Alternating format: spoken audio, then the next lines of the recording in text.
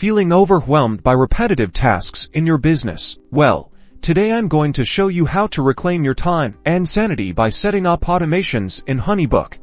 Automations are the key to streamlining your workflow, providing a better client experience, and ultimately, growing your business. Let's dive in. First, log into your HoneyBook account and navigate to the Tools section. In the left-hand menu then, click on Automations. This is where the magic happens.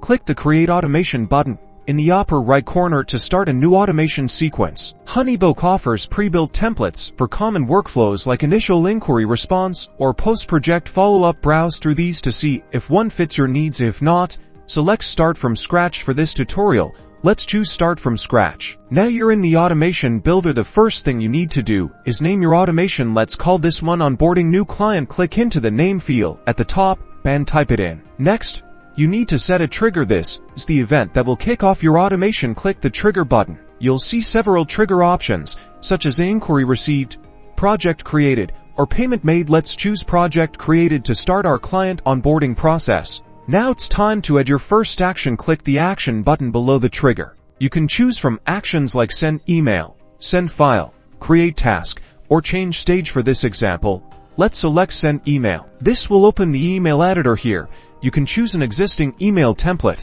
or create a new one. Fill in the subject line and body of the email with a warm welcome message. Use smart fields to personalize the email with the client's name and project details. You can also add delays between actions. For example, you might want to wait 1 day after sending the welcome email before sending the contract. To do this, click the Action button again, and this time, select Add Time Delay. Specify the amount of time you want to delay the next action, then add your next action, such as Send Contract. Repeat these steps to add more actions and customize your automation to fit your specific workflow. Once you're happy with your automation, toggle the inactive switch at the top right to active, and that's it.